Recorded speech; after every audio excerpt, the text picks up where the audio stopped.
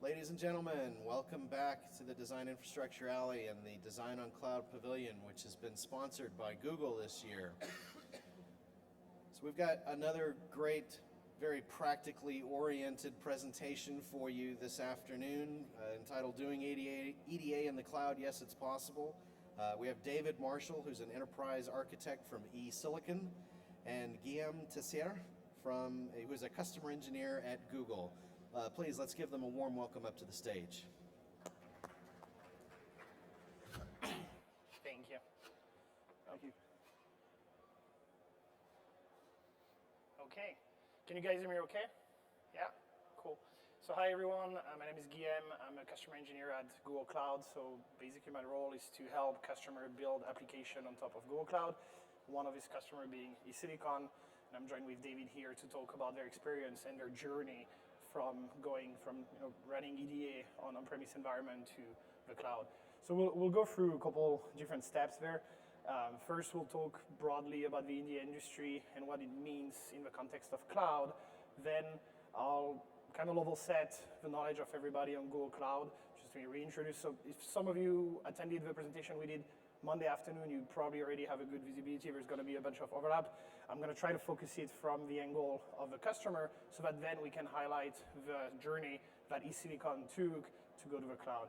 And this journey, you'll see there is a couple steps there.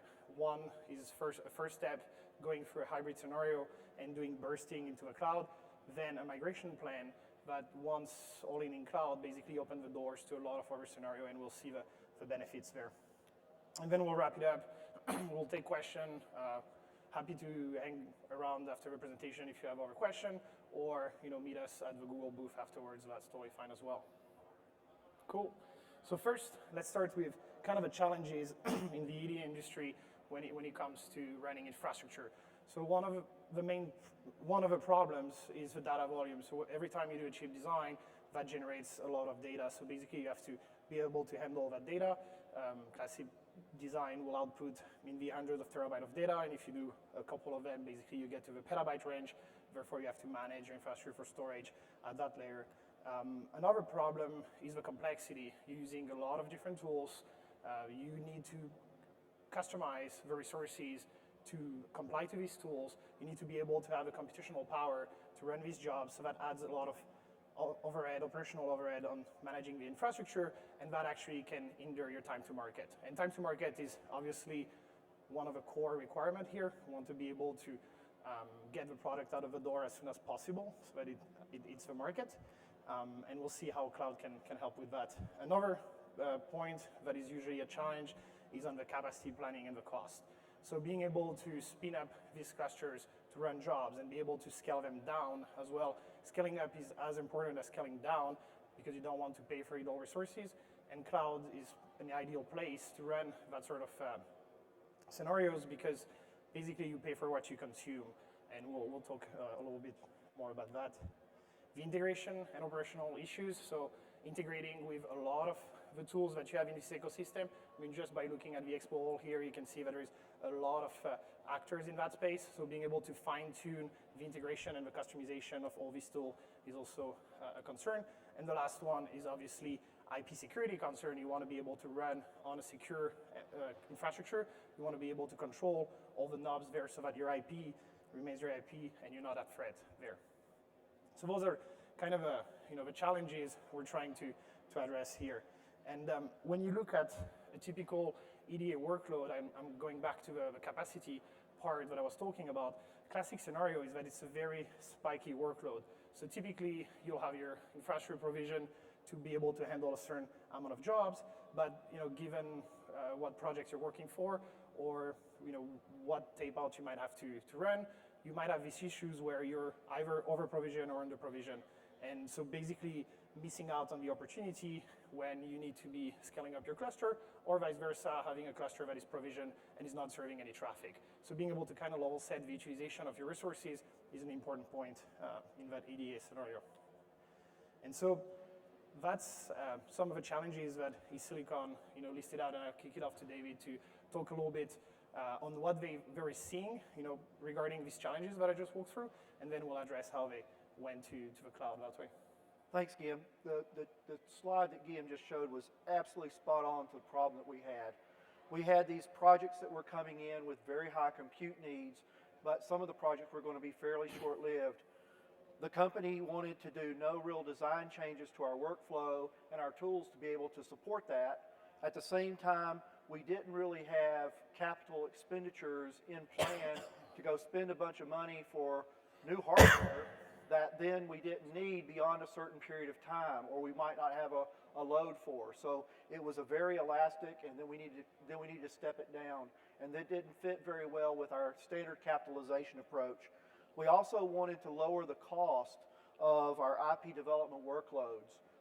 The IP libraries that we developed for some of the memory components, we wanted to lower the cost and also we wanted to run more simulations to improve the quality of those IPs. So those were the issues that we had that actually led us to begin looking at the cloud as a way to meet this flexibility and elasticity requirement. Yep. And so that's kind of where Google Cloud enters, and I'm going to spend a couple minutes just walking you through what Google Cloud is, where it comes from, some of the main building blocks for the EDA market, and then I'll kick it back to David to walk you through the eSilicon journey.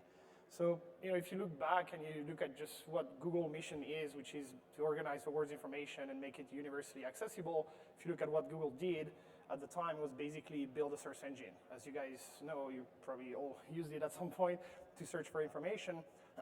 We build a search engine with a goal to be able to index all the data that is presented on the internet, store data, being able to serve queries in a minimal time. So as you can imagine, there is a massive infrastructure behind that search engine that powers all the services there. So all this infrastructure is basically the premise of Google Cloud, which is the idea that Google built on top of that infrastructure to create all the applications that you're probably interacting with on a regular basis, like Android, YouTube, Gmail, Maps, and others. And all these applications, they serve over 1 billion users every month. So the infrastructure that is underneath to power this application is literally what Google Cloud is. It's basically a way to take Google scale and Google experience in managing infrastructure and bring it to market so that our customers can benefit from that.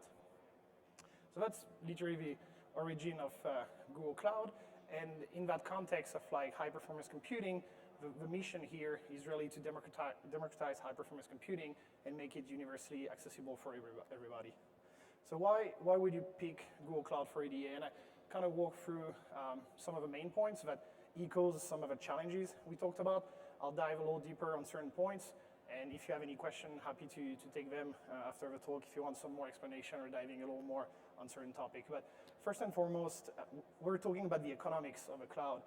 We're saying basically, if you look at EDA and how this spiky workload behave and how you need to be able to scale up and scale down at whenever you need it, being able to have an infrastructure that builds in pricing economics that fit that model, or something that allows you to run exactly the amount of resources you need, that's a big plus. So we have a couple features there, like per second billing, for example, like custom machine types, virtual machines, where you can literally specify how many cores, how much memory you want to run. Same thing on the storage aspect. Being able to have preemptible VMs. We can talk about that a little more. That was used a lot in the beginning with eSilicon, which are basically excess capacity that Google Cloud provides for customer at a very, very low price, I should say, and that can be preempted. But when you have stateless jobs that run, for example, or you're able to implement checkpointing, you're capable to leverage that to have a very profitable economics in your infrastructure. You're also capable of accessing the latest hardware. So when you have your on-premise infrastructure and you're racking servers, these cycles of hardware refresh, bring the hardware to an obsolete state pretty quickly because hardware changes basically all the time.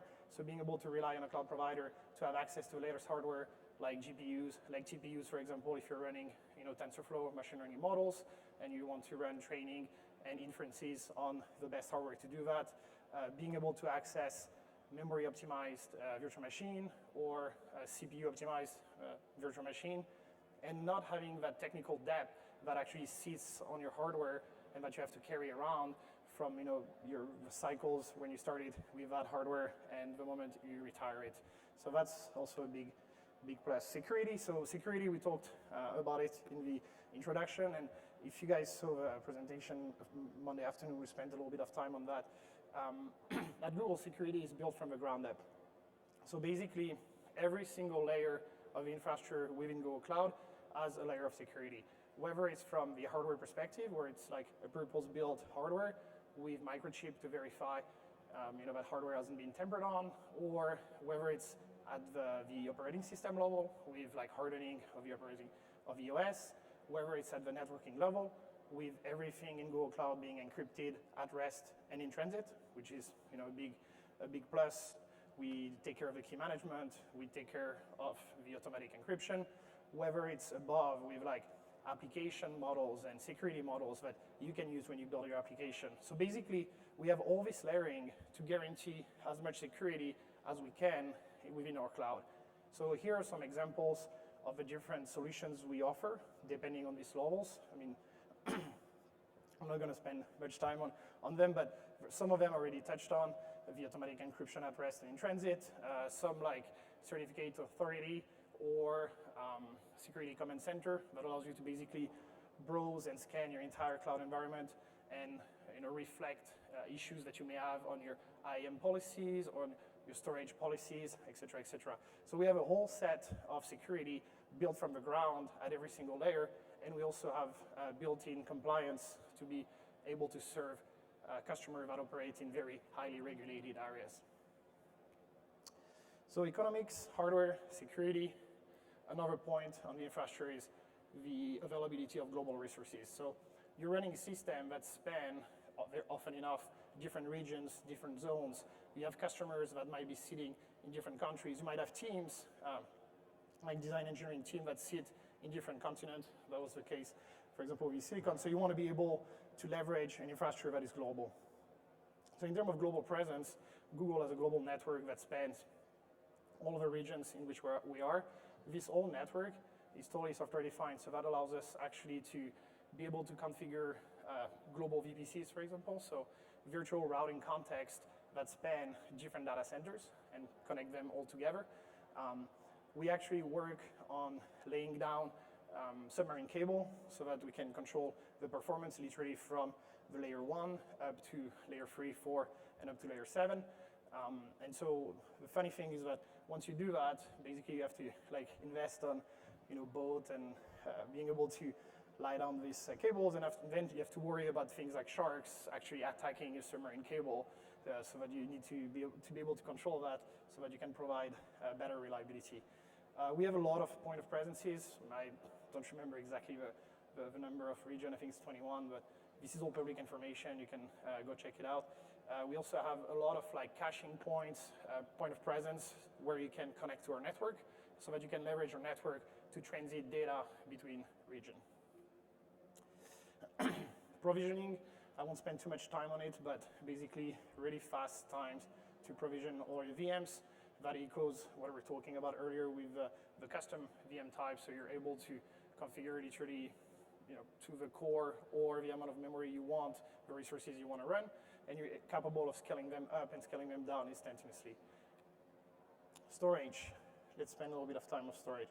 So there is a lot of different options when it comes to storage, and cloud is a very object storage oriented type of environment.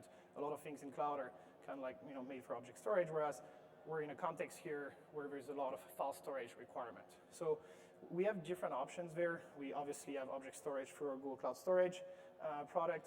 We have persistent disk option, where it's HD, SSD that you can mount on your VMs and therefore build over storage system, one of them being a file storage cluster, for example. We'll talk about NFS cluster in a minute. Local storage, leveraging NVMe disk, for example, that can attach, creating a lot of SSD power for your VMs locally. File store, which is our file storage offering natively on Google Cloud. And we also have offering through partners. So you're actually capable of spinning up cluster on Google Cloud coming from different partners. Elasticity being one of them, who is with us on our booth. So more than welcome to stop by as well. We have a demo for you to show, and we'll talk about them in the global architecture as well. So talking about these partnerships, Google has been spending time and money to invest heavily in HPC computing.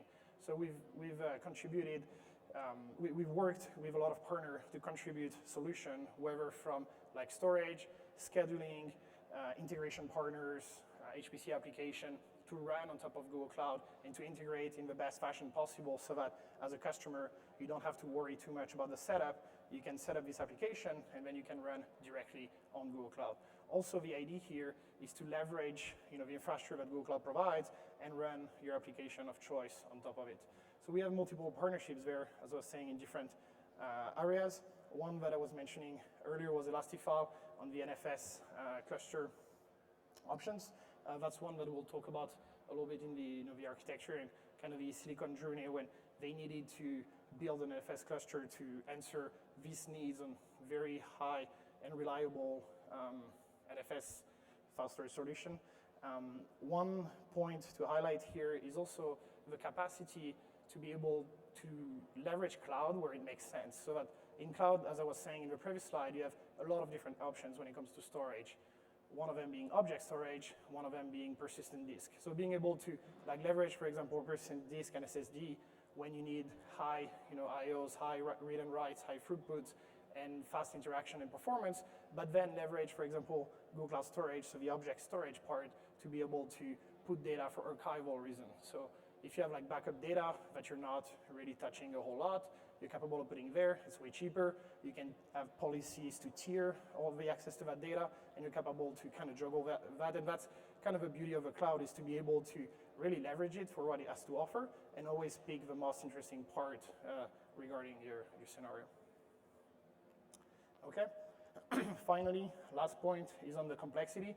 So everything in Google Cloud is basically API based. So whether you're using a console or different client libraries, it's all basically querying an API. At some point, the idea is to provide as much simplicity as we can to our customer, so they don't have to go and manually configure a lot of things. So we try to do as many automatic things as we can.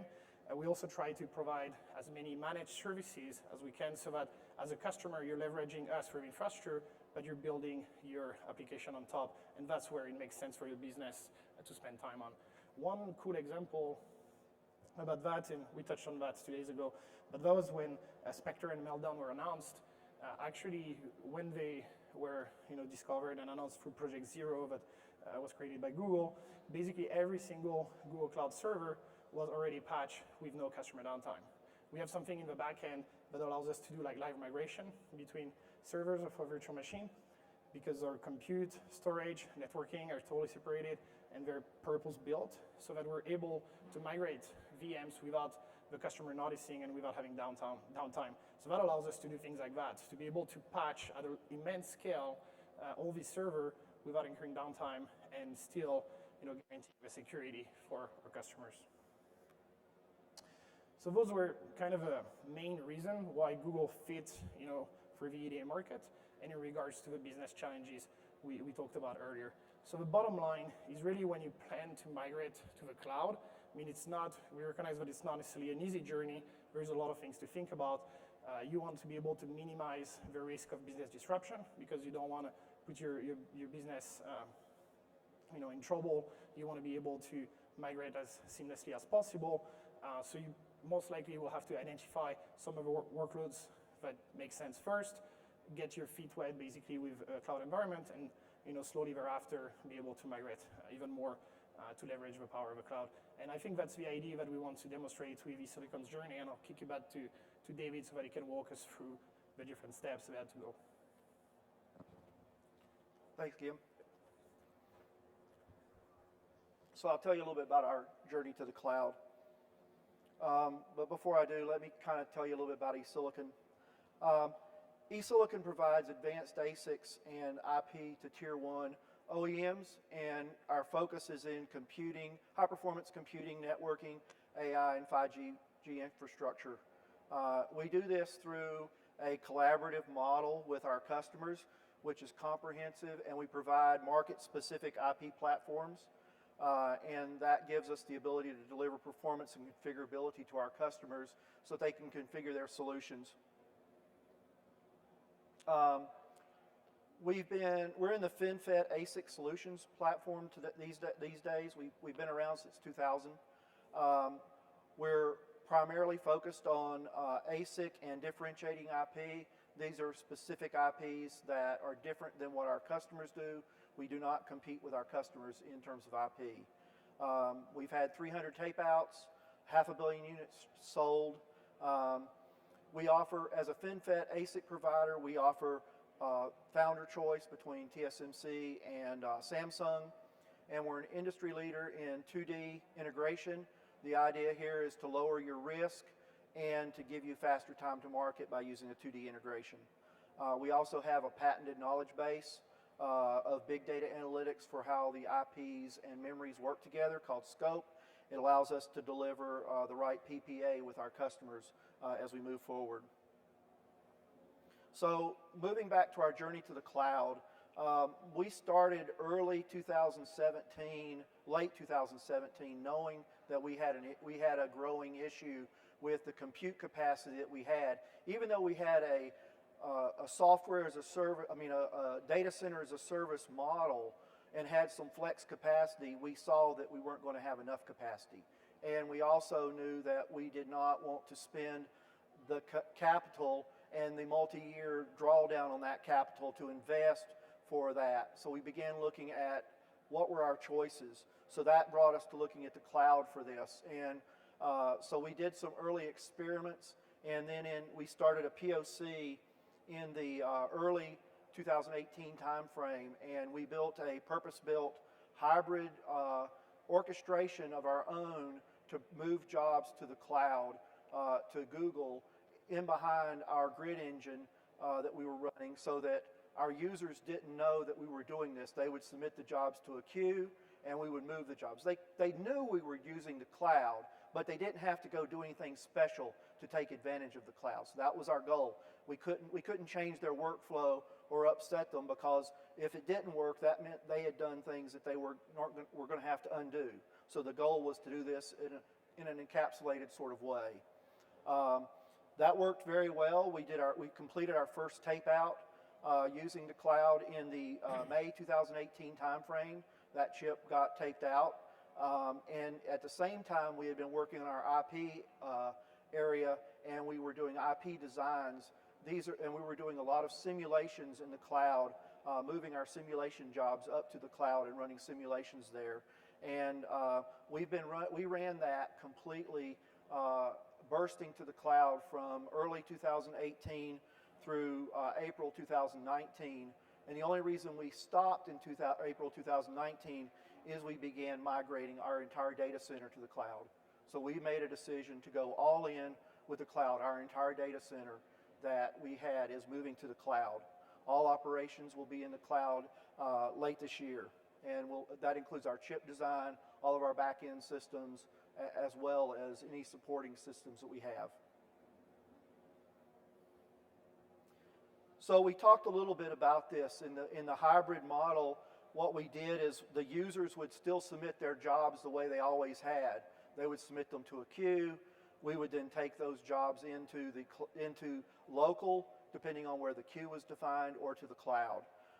And we also invested in dynamically sizing jobs and taking advantage of preemptibility in the jobs that we would submit. So in our simulation area, we found that it was very easy to checkpoint and restart our simulation jobs. And therefore, they all would typically run in less than 24 hours. And 24 hours is a magic number for a preemptible VM at Google. So for that standpoint, we started targeting our simulation jobs to run preemptible. And we would submit the jobs there, and if they were preempted, we would restart the jobs. The users put checkpoint logic into their jobs, and we would pick up where the job had left off. So it would be pretty efficient, and we saved a lot of money doing this. That also allowed us to start running more simulations. It turned out that we had some issues with some simulations that needed low memory situations, but high CPUs, and we didn't have that many CPUs on premise to run certain kinds of simulations. At Google, we actually ran some 96-core simulations that we could not have run on premise without having gone and bought new hardware. So it allowed us to actually complete simulations that we were not otherwise able to do. And we did this by having a virtual tunnel, a VPN tunnel from our on-premise data center to Google. Actually, we ran 2 VPN tunnels, and I'll touch on why a little bit later. But those VPN tunnels were so that we could submit jobs to Google and move the data there. We also ran 2 types of jobs. One was a job that would be remote NFS back to our data center. We found that a lot of our simulation jobs need to read a little bit of data, then they run for a long time without doing a lot of data I/O, and then they would complete their result. The result gets written back. It was a very good opportunity for remote NFS for doing that. In the other case, we had our chip design jobs we'd move data that was the input to that chip design function to be run. We would then, to the cloud, store it on Elastifile file system. It was our NFS provider. Run that job, and if the result was good that somebody wanted, then our publisher would actually publish it back to the on-premise data center, which is the same flow that we're using on-premise. The only difference is the publisher knew that it was publishing back to NFS over a different NFS device.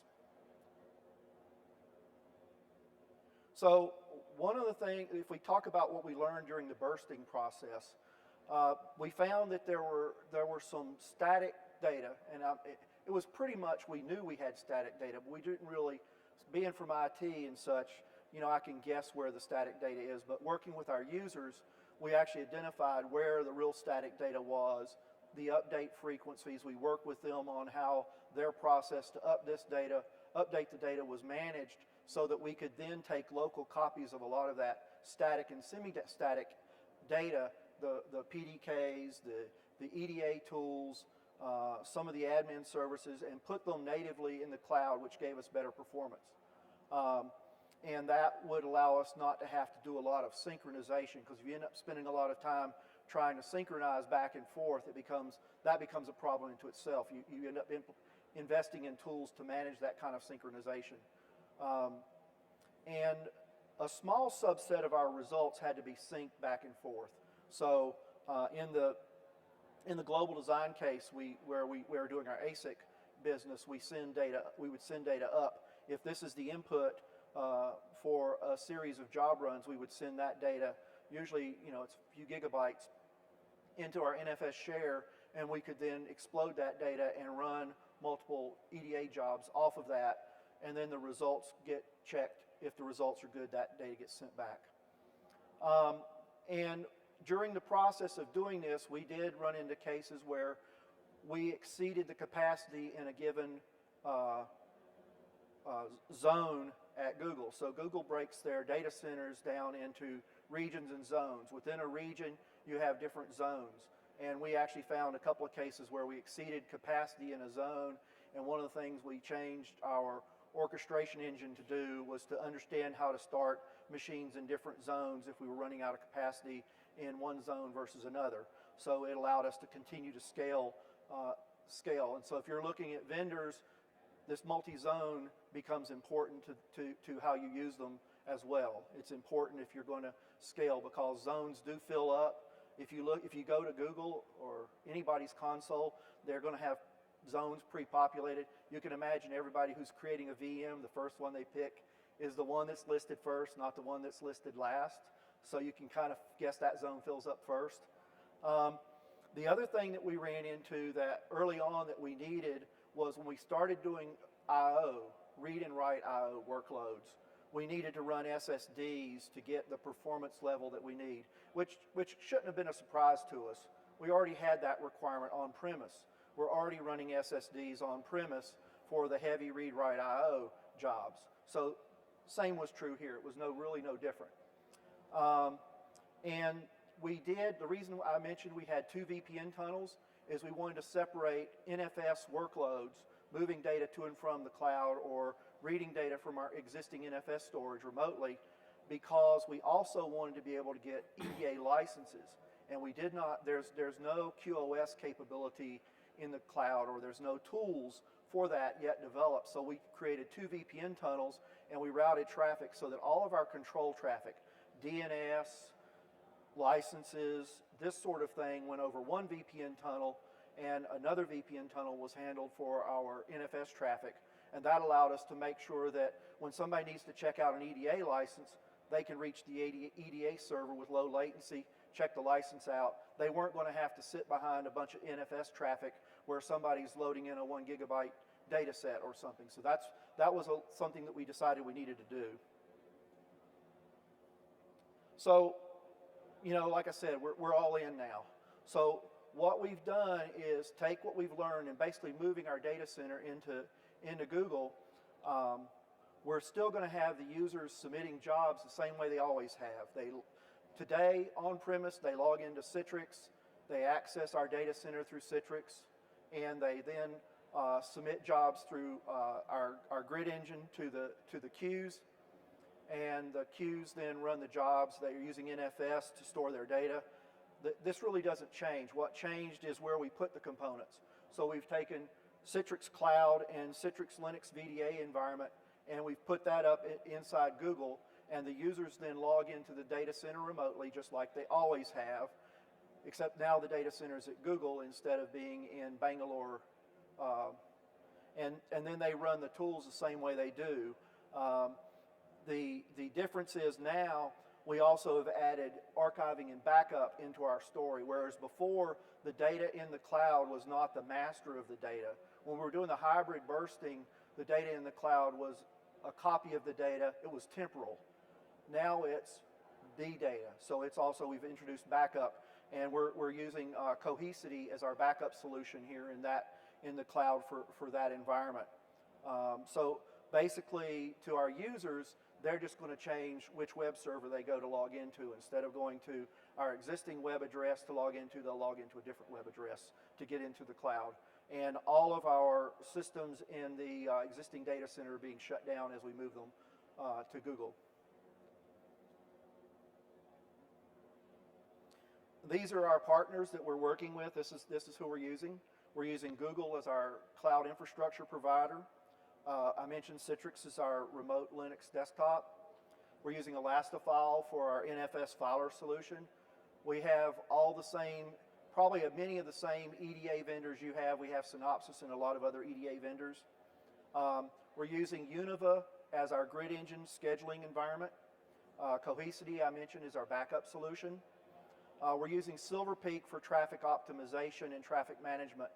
As we've moved away from a data center, we're eliminating MPLS. In our data center, we used to, if you're familiar with this technology, we used to use MPLS to do quality of service and acceleration of network traffic into a data center.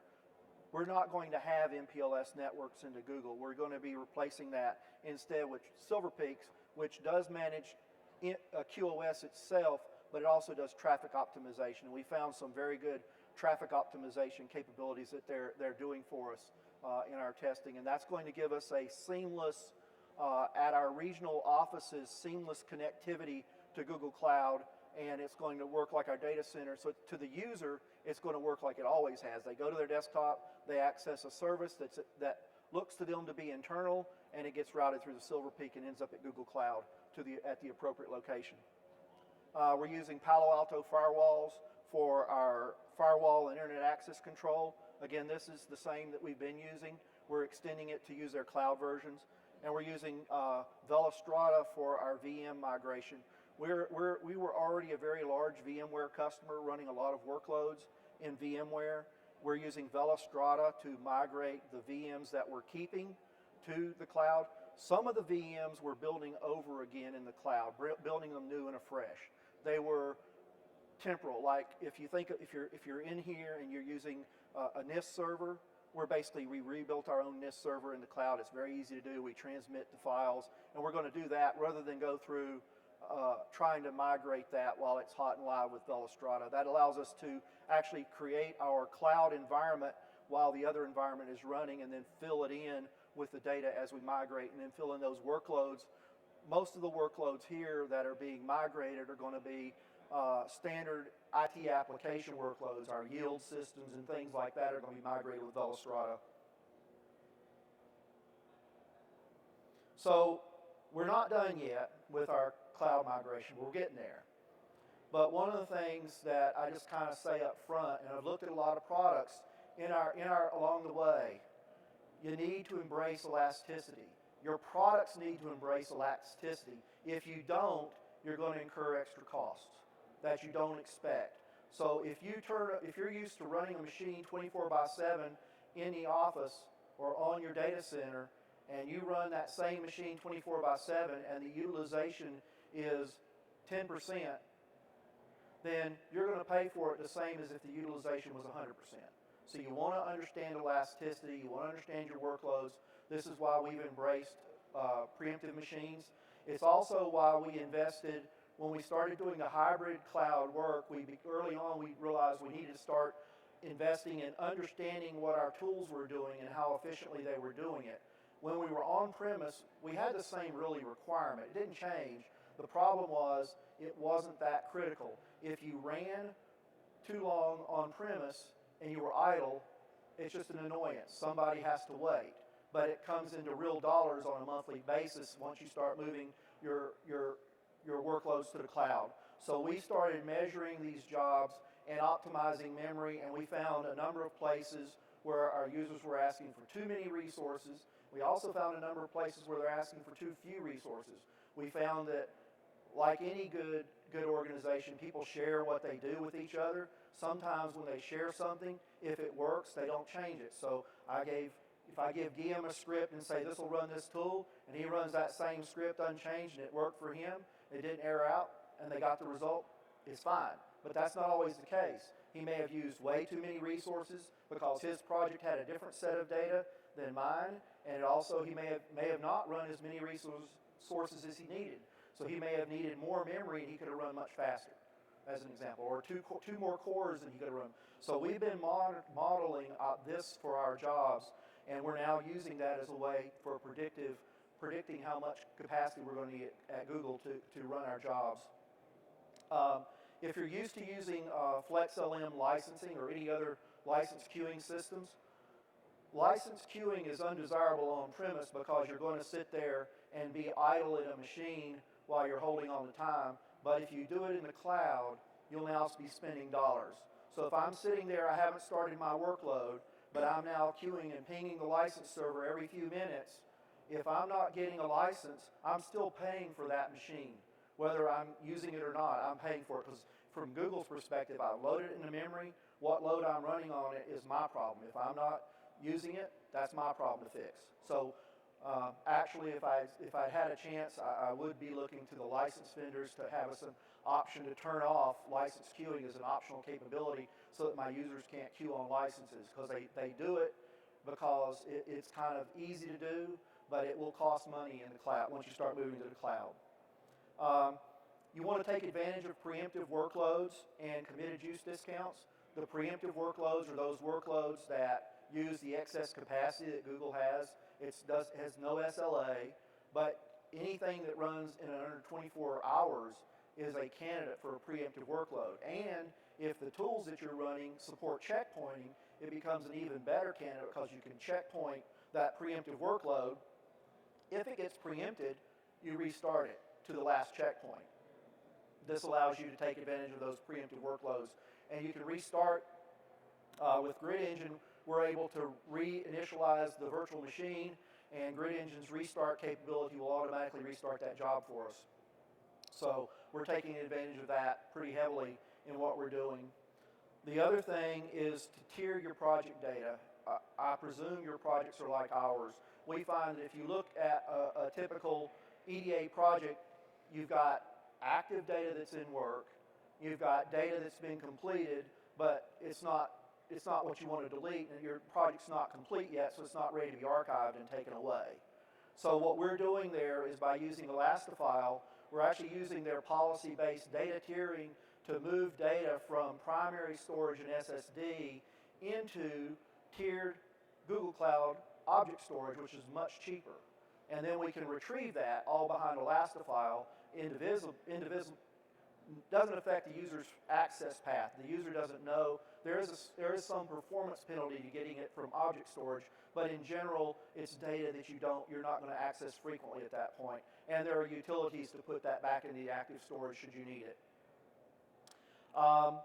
And then the other thing that I guess I would say we've learned is understand how the cloud networking options, and we've been using their virtual private network capability, their VPCs, and their peering, and there are certain quotas and limitations on that will affect your network design.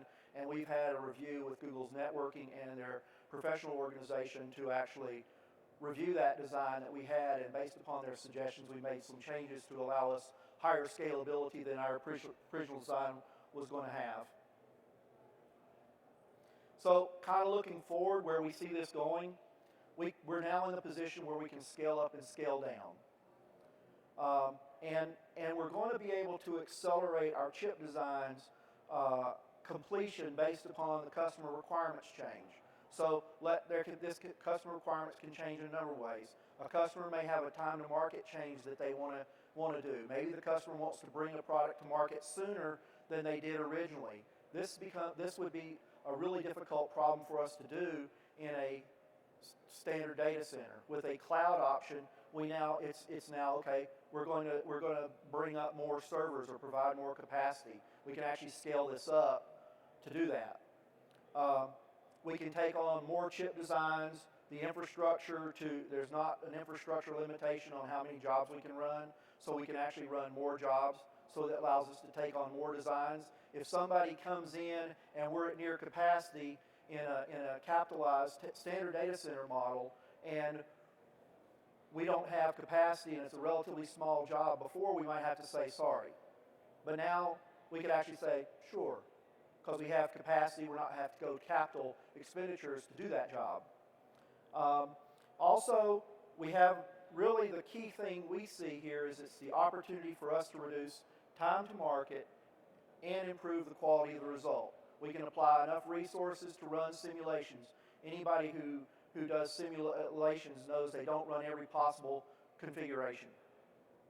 You always have to make a trade-off. Here we can choose with the customer, if the customer wants to run more simulations to get more quality, that's now a choice, whereas before it might not have been a choice. And we're accelerating our use of machine learning with going to the cloud. We have a lot more machine learning capabilities that we can tap into in the cloud rather than building those machine learning capabilities ourselves into our products and our infrastructure. So that's really all we have at this point. So if there's questions. Yeah, we'll be happy to take any question. I just want to cover the last point on the machine learning and the data part. That's also one of the big advantages that basically when you start moving your data, your jobs into cloud, that data stays there and you can leverage all the data tools you want to explore it, to mine it, crunch it, create machine learning models that will optimize ultimately the way you decide to run jobs, the way you decide to look back at historical data and improve certain process you have. So that's really a big plus once the data is there, and that basically opens endless opportunities there. Yeah.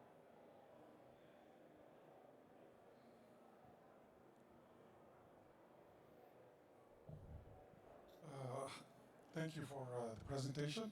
The slide where you had the stack recap, you mentioned all the vendors, but there was nothing about the license.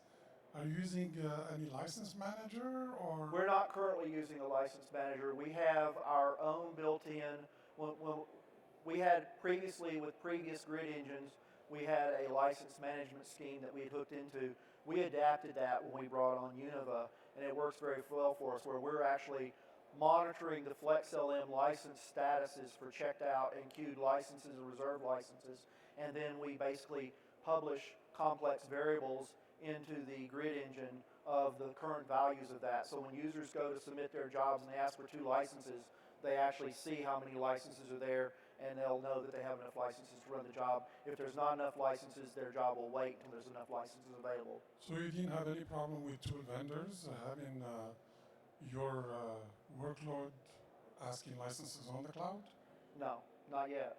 And we've actually got different vendors. So we have vendors that are using FlexLM, and then we've got some vendors that are using a custom. I can't remember the name of it. It was a surprise to me when we brought them in, and it was something I'd never heard of. But they had APIs to it, and we were able to do a similar type thing with those APIs. So where does FlexLM sit? Is it on the cloud or? Today, FlexLM is in the process of being migrated to GCP. So all of our license, at the end of this when we did the hybrid bursting, the jobs are on premise, the license servers. At the end of our migration, those license servers, everything is in the cloud. Thank you.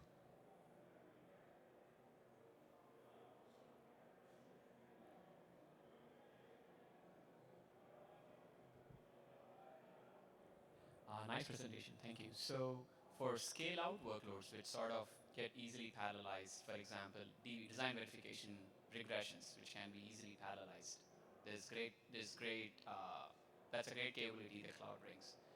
Well, how do you see for scale-up workloads, wherein you need really large machines and huge amount of memory, and can you comment on how your experience? Do you want to talk about what Google's bringing in here? So our experience with this is we get more from Google than we have going the CAPEX model to go bring in specialized machines. I don't know if you've done it before, but what we've had to do previously in that case is take a machine and cannibalize two machines to put them together to make a bigger machine and rack that up. We're not having to do that with Google. Google has some capacity that I think Guillaume should talk about. I mean, the two are not incompatible, obviously. I mean, the scale-out example you talked about, that's perfect usage for a cloud. You can scale out easily and distribute all that processing. The scale-up aspect, for us, provisioning a VM is an API call. So we have, our Google Compute Engine API. You call it, you get your server. Wherever you want 96 cores, 16, wherever you want, 500 gig of mem or 6 terabytes of memory. So therefore, when it comes to scale-up, it's literally building into your scheduling the capacity to be able to say, hey, here, I need to scale that up. I need to provision that sort of machine. So to answer that need, we have, as I was saying earlier, optimized CPU machines, optimized memory machines as well, that we're building specifically for this HPC use case so that we can address scaling up when you need to scale up in one server and vice versa with the scale-outs. And to that point, one of the things that we're talking about previously, some of our tools we were using distributed process across multiple machines to do really big jobs, where we might run 16 jobs on 16 cores of each machine or 200 cores of each machine to get really big workloads. Now we're talking, and that has an overhead to it, as you know. Now we're talking about putting those together on one big memory optimized machine, for example, is how we would take advantage of that. We haven't actually done it yet. We're planning to look at it after we get through our migration.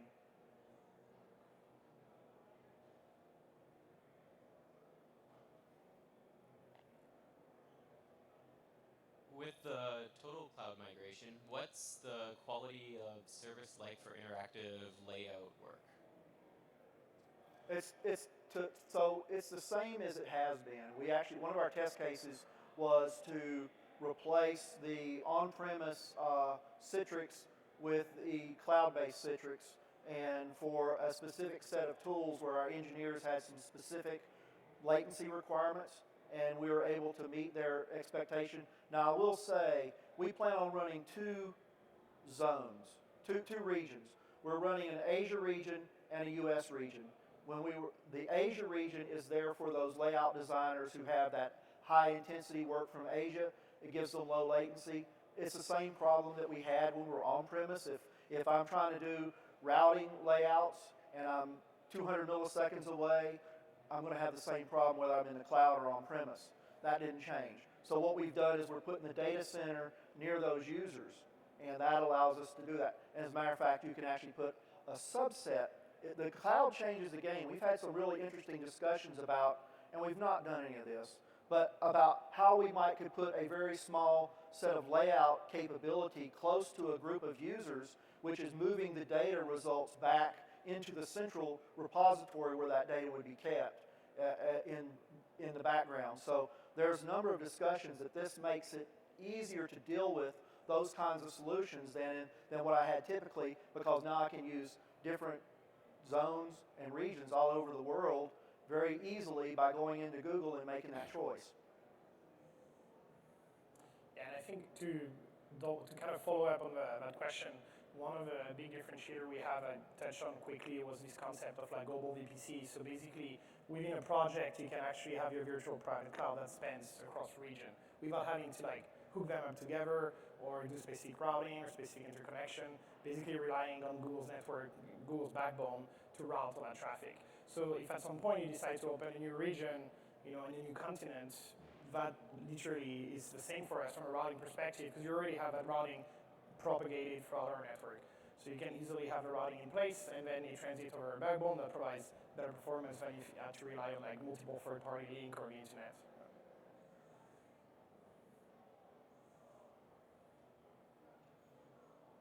Can you share any feedback your engineers have given you as you made the transition, or when you're doing the experiment with hybrid bursting? Most of our engineers that dealt with the hybrid bursting got to run jobs that they were having to wait to run on premise. So for their perspective, yeah, there were some startup issues that getting that going, but from their perspective, that was a big pro for them. And they're all seeing the value now that we're now going to also be implementing project level sorts of quotas ourselves.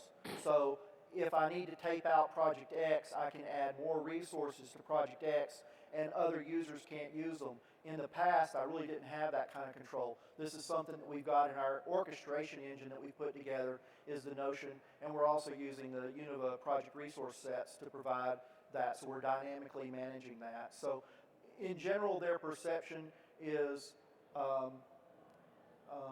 very positive. I think if we were to have this conversation in 6 months, I could probably give you more definitive where we've seen some things we had to work on with them. I'm not expecting everything to just be totally, no problems to be figured out. And to add to that, like one of the things we see often is that basically you're unleashing people on a bunch of resources. Like even before very constrained with what they had, all of a sudden, as I was saying, you're just an API call away from speeding up the resources you want. So I mean, from your user perspective, it's great. You're like, well, I have all these resources now. I can kind of go out and knock myself out and just run everything I want. We also provide mechanisms to control that, because that's also an important part, is to be able to kind of go back to the departments, the teams, and be able to allocate budget and quotas and who can do what on the infrastructure, because that becomes something that you maybe not had to manage in the past, but you have to manage it in the cloud now, because that's important to like say, okay, for this project you have that budget allocated, and we provide ways to configure like alerts to tell the user, careful, like you're trending toward like kind of your limit, and here is what you've configured. Maybe go talk to your user, or quotas, so that you know that you may be able to throttle a little bit of your usage, so that you don't incur a crazy cost. Thank you guys very much for a wonderful presentation. Thank you. Let's hear Thank it you, from guys. everyone. Thank you.